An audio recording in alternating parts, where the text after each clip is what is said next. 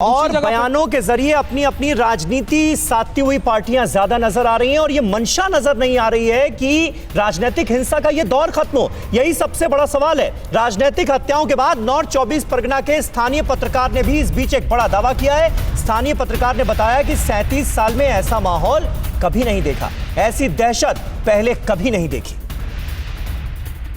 2-3 साल से हालिशहर ऐसे ही हो रहा है, लेकिन खून नहीं हुआ है।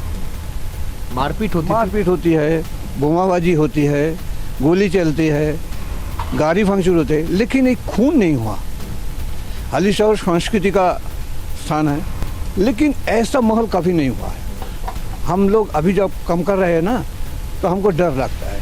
हम 37 साल से काम करता है, लेकिन ऐसा माहौल मैंने कभी नहीं देखा है।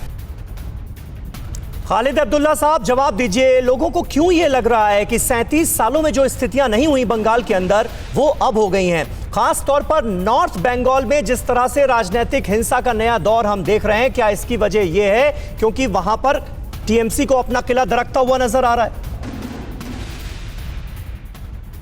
अच्छी बातें कही उन्होंने। पत्रकार साहब को मैं बड़ा समझदार समझता हूं, उसने अच्छी बातें कही। 37 साल में कभी ऐसा नहीं देखा उस पत्रकार ने जी। तो आपको ये समझना होगा कि इससे पहले 37 साल क्या 37 महीना पहले भी भारतीय जनता पार्टी इतनी मजबूत नहीं थी। अगर 37 साल तक कांग्रेस, सीपीएम और भी कोई पार्टी थी तो ऐसा नहीं होता था।